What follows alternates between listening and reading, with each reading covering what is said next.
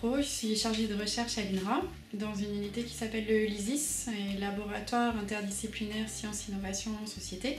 C'est un laboratoire plutôt de sciences sociales et moi je suis agronome de formation, mais je travaille en pluridisciplinarité avec des approches de sciences sociales depuis longtemps maintenant.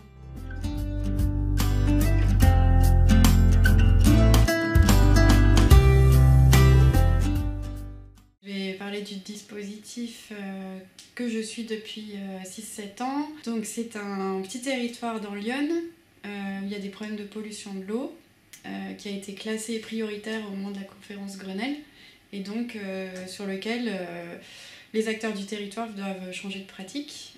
Ces acteurs, c'est des acteurs agricoles en l'occurrence, et c'est souvent le cas. Ces acteurs agricoles, une fois qu'ils sont classés, ils sont mis dans une zone Grenelle, classée Grenelle, ils sont censés mettre au point un plan d'action, et pour arriver à mettre au point un plan d'action pour changer les pratiques, il y a tout un arsenal méthodologique qui leur est proposé, mais on a pu constater que c'était un arsenal pas efficace, qui braque les gens dans le sens où ils se sentent peu consultés, ils ont l'impression qu'on leur impose des changements de pratique. L'enjeu qu'on avait avec mon collègue Raymond, qui est en agronomie sur ce terrain-là, c'était de se dire qu'on pouvait faire mieux, qu'on pouvait travailler avec les gens du territoire pour réfléchir avec eux au changement de pratique, pour construire un projet qui ait vraiment du sens pour eux et dans lequel ils soient volontaires. Et donc c'est en ça que c'est un projet de recherche impliqué, parce qu'il se fait vraiment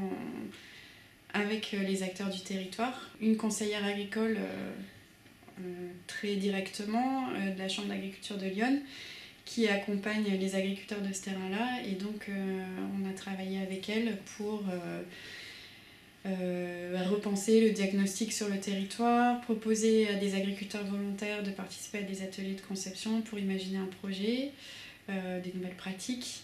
Une fois que ces agriculteurs ont fait des propositions de changement, les inscrire dans un outil de suivi de la dynamique dans le temps, un tableau de bord, qui est l'outil de coordination aussi avec les autres acteurs du territoire. Puis depuis 5 ans, les mesures sont donc mises en œuvre par les agriculteurs et on les accompagne, toujours avec le rôle hyper clé de la conseillère agricole qui est vraiment en première ligne. On les accompagne à la fois dans des tours, des visites de terrain, des campagnes de mesures sur le territoire, des rendez-vous individuels avec les agriculteurs pour voir ce qui fonctionne, ce qui ne fonctionne pas, en quoi on peut les aider, etc. Au-delà de juste travailler avec des agriculteurs, le travail qu'on a notamment avec la Chambre d'agriculture, tout un tissu d'acteurs du conseil, les acteurs intermédiaires de développement, celui-là il est fondamental aussi. Et puis ce qui est aussi intéressant, je trouve, c'est qu'on a des liens avec les acteurs du territoire, y compris non agricoles, au moins à l'occasion des comités de pilotage qui ont lieu sur le territoire. Et donc c'est peut-être tout ça aussi qui solidifie le travail de recherche impliqué. C'est pas juste dans une relation avec un agriculteur, on essaye d'avoir une compréhension de tout le contexte socio-technique, socio-économique, et d'essayer d'embarquer ces éléments-là.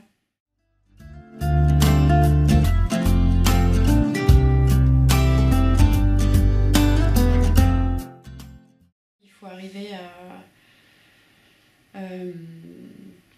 à trouver un projet commun avec des gens assez variés, donc ces gens-là arrivent à construire quelque chose ensemble, qu'ils arrivent à se comprendre, à se parler, etc. Bon, ça c'est qu'il n'y ait pas les plus fortes têtes qui portent tout, qu'il y ait des gens qu'on n'entende jamais. En fait, ce que ça crée, c'est que ça demande aux chercheurs beaucoup de souplesse, d'adaptation, d'écoute. On ne sait jamais comment va se dérouler une journée quand on y va. On peut toujours avoir des surprises. Il faut accepter aussi que du coup, on puisse arriver avec nous l'envie de traiter certaines questions, puis que ce ne soit pas celle-là qui intéresse les acteurs à ce moment-là. Donc, ça nécessite, c'est plus ça, je trouve, qui est dur en termes de pratique de recherche. Ça nécessite vraiment une espèce de plasticité de l'esprit, d'être capable toujours de saisir ce que la personne est en train de vous dire, essayer de la réinterpréter et de la reformuler pour que ça prenne du sens pour tout le monde, y compris pour vous, pour votre recherche.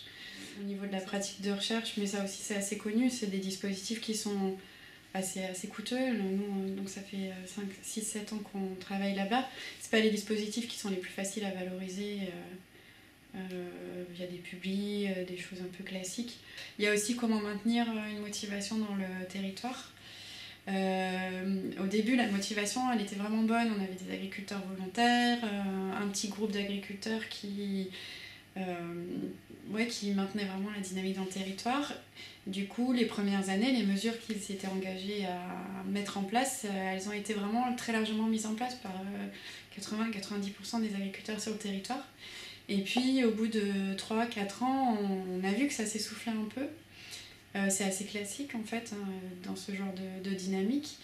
Et là, ce qu'on a trouvé nous très intéressant aussi, c'est que c'est deux des agriculteurs les plus moteurs du territoire qui ont sonné un peu la sonnette d'alarme, pas forcément nous, et qui ont choisi de reconvoquer tous les agriculteurs, de refaire monter un peu la pression. Ils ont voulu passer par la rédaction d'une charte entre eux. Donc il y a toute une dynamique qui s'est mise en place et relativement indépendamment de nous.